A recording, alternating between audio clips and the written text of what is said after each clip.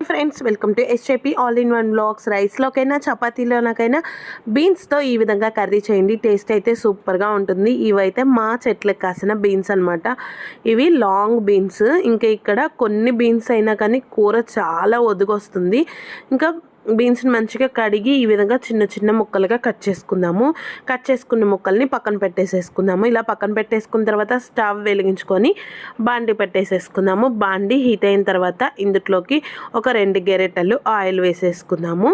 ఇలా ఆయిల్ అనేది మీరు స్పూన్తో వేసుకున్న పని అయితే 3 స్పూన్స్ వేసుకోండి. ఇక్కడ నేను గెరెటతో యూస్ చేస్తున్నాను కాబట్టి 2 గెరెటలు ఆయిల్ వేసేసుకుంటున్నాను. ఆయిల్ అనేది మంచిగా హీట్ అయిన తర్వాత ఇందులోకి ఎండుమిరపకాయలు వేసేసుకుందాము. ఇలా ఎండుమిరపకాయలు వేసుకున్న తర్వాత పోపు గింజలు వేసేసుకుందాము. ఇలా పోపు గింజలు వేసుకున్నాక కరివేపాకు కూడా వేసేసుకొని మొత్తం మంచిగా కలిపేసేసుకొని ఇవన్నీ వేగిన తర్వాత మనం ముందుగానే టమాటాలు తీసుకొని కట్ చేసుకున్నాము. ఇక్కడ నేను 3 టమాటాలు తీసుకున్నాను. అలాగే ఒక ఉల్లిపాయ తీసుకొని టమాటా ముక్కల్ని గ్రేవీ కర్రీ కాబట్టి పెద్ద ముక్కలుగా కట్ చేసుకున్నాను. ఎప్పుడైనా మనం గ్రేవీ కర్రీస్ చేసేటప్పుడు టమాటా ముక్కల్ని పెద్దవిగా కట్ చేసుకుంటేనే గ్రేవీ అనేది చాలా బాగుంటుంది.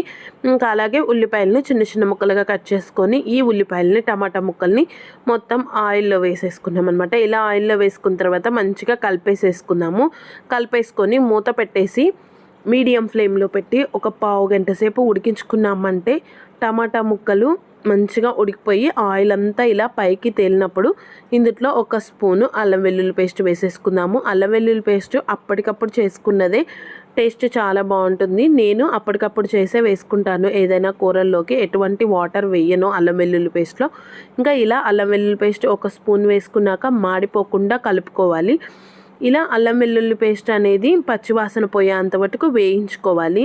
అల్లం వెల్లుల్లి పేస్ట్ వేయించుకున్న తర్వాత మనం ముందుగా కట్ చేసి ఉంచుకున్న బీన్స్ ఏవైతే ఉన్నాయో అవి ఇందులో వేసేసుకుందాం.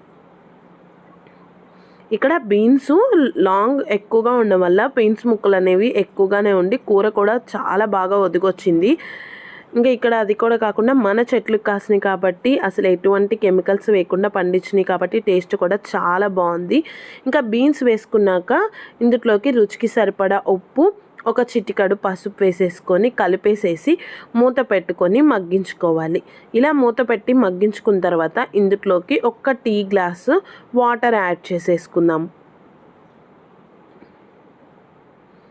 ఈ విధంగా 1 టీ గ్లాసే వాటర్ యాడ్ చేసుకోండి. మరీ ఎక్కువగా చేసుకున్నామంటే వాటర్గా ఉండి అస్సలు బాగోదు. ఇంకా ఇలా వాటర్ అనేది వేసుకున్న తర్వాత మరలా మూత పెట్టేసుకొని లో ఫ్లేమ్లో పెట్టేసుకొని మొత్తం మంచిగా ఉడకనివ్వాలి. ఇక్కడ చూడండి మనకి ఆయిల్ అనేది ఏ విధంగా పైకి వచ్చేసిందో.